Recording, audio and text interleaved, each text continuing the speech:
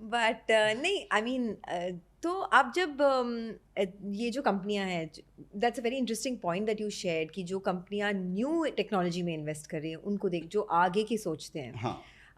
तो apart from EVs tourism, थोड़ा और बातचीत करते हैं आगे के सोचने वाले कंपनीज के बारे में। कोई और ट्रेंड आपको विजिबल लगता है जो आपके पोर्टफोलियो में तो बहुत सारे स्टॉक्स हैं अभी जो अलग अलग सेक्टर्स में पड़े हैं, but anything that stands out for you? नहीं, ऐसा कुछ नहीं है, स्टैंड्स आउट तो ऐसा कुछ है नहीं। जैसे मेरे को अभी करंट मार्केट में बैंक मेरे को अच्छे लगते हैं। अच्छा। हाँ, जो पीएसयूज बैंक, छोटे छोटे जो बैंक्स हैं पीएसयूज के हम्म। अंदर में, मेरे को सस्ते लगते हैं। वो आप इतने सस्ते लगते हैं कि मेरी इच्छा होती है कि वो बैंक खरीद लूँ मैं। अच्छा, स्टॉक छोड़ो बैंक ही खरीद लेते हैं।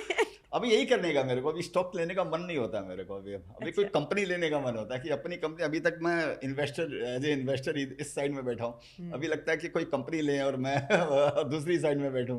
तो आपकी जो रिस्क एपेटाइट की जो ये क्वालिटी है, ये आपने कल्टीवेट किया है या पहले से ही आप बहुत ही रिस्की हैं? नहीं, देखिए, रिस्क मेरे को ऐसे लगता है कि रिस्क जो होता है ना, वो गॉड गिवन होता है आपको। आप किसी को माने, आप उसको रिफाइन कर सकते हो आप उसको। लेकिन जैसे एक जगह मैंने पढ़ा था, सोनिया जी, कि जैसे वो यू कैनॉट माने you cannot run 100 meters in 8.93 seconds, या जो भी उसेन बोल्ट का जो भी रिकॉर्ड है, you cannot run 100 meters in 8 point this much seconds by coaching. वो कोचिंग से नहीं होता है। आपको सिखा नहीं सकता कि तेरे को 8.53 सेकेंड्स में तेरे को 100 मीटर जाना है। वो कोचिंग उसके लिए नहीं है, ट्रेनिंग है उसके लिए। लेकिन ये अंदर का डीएनए होना चाहिए। आप देखिए, वो मैराथन है, वो कल हो रहा था, एक एक कीनियन है, वो आता है हर समय, हाँ, वही ऐसे वही जीतता है। क्या दुनिया के अंदर में वही जीतता है, ऐसा क्या बात है भाई? हाँ। क्यों? उससे भी बड़े ताकत वाले होंगे, उससे भी कई लोग नहीं, उनके डीएनए के अंदर में। तो ये आप प्रकृति को अगर आप देखेंगे ना, तो हर आदमी को कुछ न किसी तरीके से भगवान ने किसी न किसी कुछ प्रतिभा दी है, कुछ गुण दिए, कुछ अवगुण दिए, जो भी दिया होगा। तो मेरे को लगता है रिस्क टेकिंग जो है ना, ये आपके शायद डीएनए के अंदर में आता है। तो मैं एक एग्जांपल देता हूँ कि जैसे मैं, अब जैसे आपने बताया, मैं 14 ईयर्स का था, तो मैं मेरे दादा के साथ, पिताजी तो दादाजी के साथ में मैं मॉक ट्रेडिंग करता था। Mock trading. अच्छा।